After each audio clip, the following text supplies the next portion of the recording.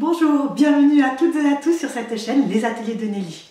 Aujourd'hui, c'est la dernière vidéo de l'année puisque la semaine prochaine, vous serez entre Noël et le jour de l'an. Pendant les fêtes, traditionnellement, je vous laisse tranquille sur cette semaine-là et je ne publie pas de vidéo. Mais sur cette dernière vidéo de l'année, je tenais quand même à vous regarder droit dans les yeux et à vous dire un grand merci. Merci de me soutenir depuis tant d'années. Merci d'être présent tout au long de l'année pour moi. Je termine cette année vraiment heureuse de tout ce que je fais sur cette chaîne. C'est quelque chose qui me plaît beaucoup de poster toutes les semaines, d'aller à votre rencontre et de vous parler de ce que j'aime, donc le scrapbooking, la carterie. Donc c'était quelque chose qui me tenait particulièrement à cœur que de vous remercier en cette fin d'année. Mais cette semaine, je ne vais pas faire que vous remercier. Je vous ai aussi préparé un petit tuto, comme vous les aimez. C'est un petit tuto un petit peu technique, puisque nous allons parler du nacré sur nos cartes. Vous savez que moi, j'aime tout ce qui brille. Et j'aime rajouter à mes cartes des petits détails sympas, un petit peu en relief, pour qu'il y ait un effet waouh au moment où on les reçoit. Aujourd'hui, nous allons réaliser ensemble cette carte, pas à pas. Donc, cette carte, c'est une carte de vœux. C'est de saison, c'est peut-être la dernière de cette année. Ce que vous pouvez voir, c'est que j'ai mis en relief toute la neige qui est là. Voilà. Les petites étoiles qui sont dans le ciel. Mais aussi les petits points qui sont là, à côté du vœu. Tout nacré et tout relief. Et en plus de ça, c'est une carte qui brille de 1000 feux. Vous le verrez certainement mieux tout à l'heure avec la lumière, mais je vais vous montrer toujours avec les mêmes lacs nacrés que nous avons utilisés là, comment réaliser ce joli fond de carte.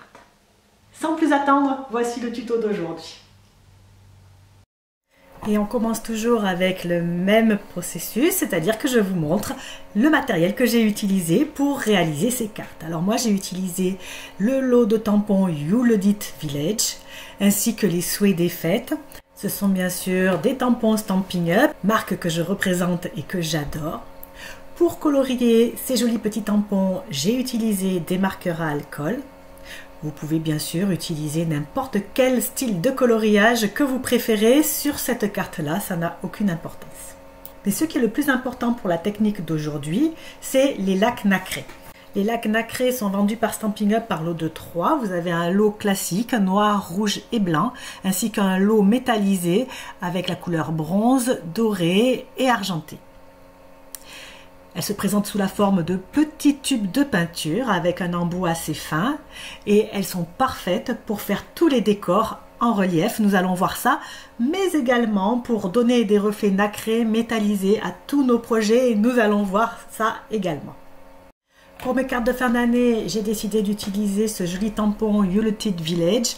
Ce sont de petites maisons enneigées pour des paysages super sympas. Dans un premier temps, avec l'encre Memento, je vais tamponner ces petits décors sur des chutes de papier blanc.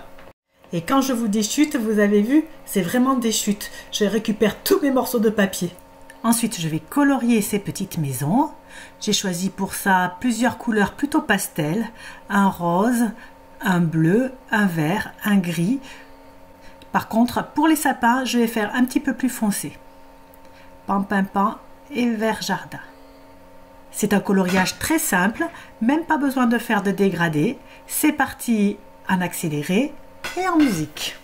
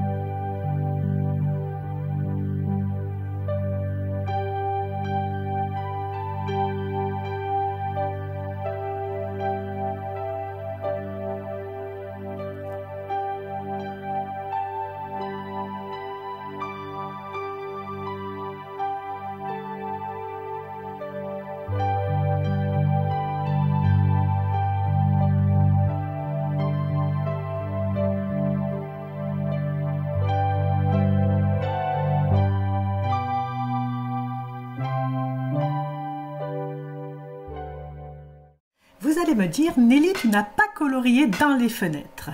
Eh bien, ça n'est pas une erreur. Je vais vous montrer la première technique que je voulais vous montrer avec les lacs nacrés ou comment les utiliser comme une peinture. Je vais là utiliser la laque nacrée dorée. Je la mets sur un support non poreux. Moi, j'utilise souvent dans ce cas-là mes blocs acryliques. Ils sont à portée de main, c'est pratique.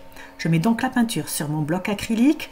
Je la dilue avec juste un tout petit peu d'eau.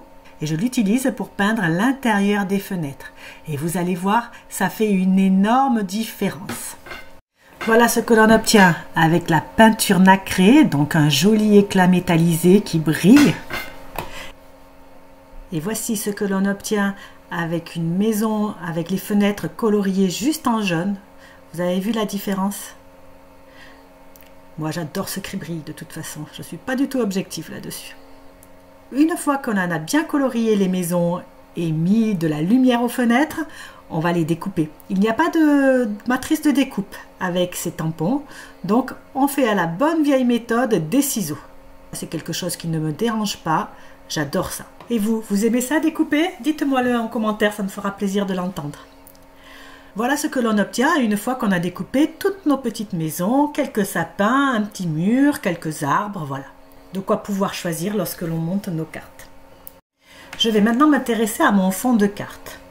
J'ai découpé un fond de carte de taille classique, donc 10,5 par 14,85, en couleur pan-pin-pan, c'est une couleur que j'aime beaucoup.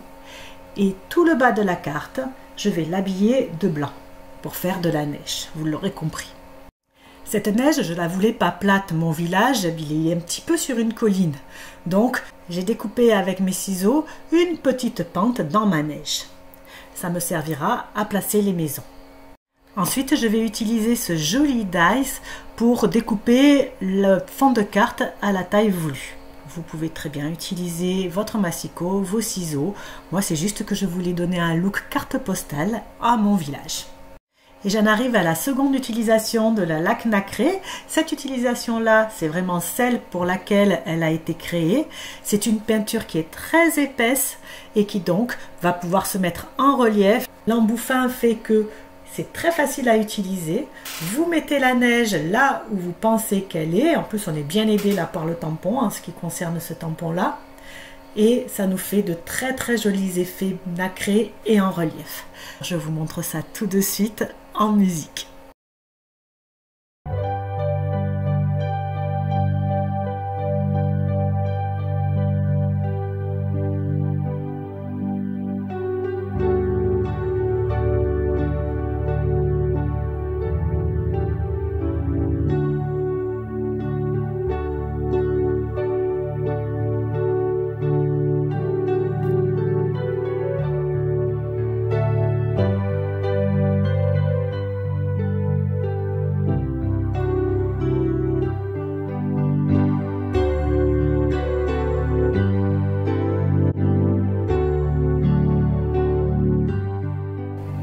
Et voilà ce que l'on obtient.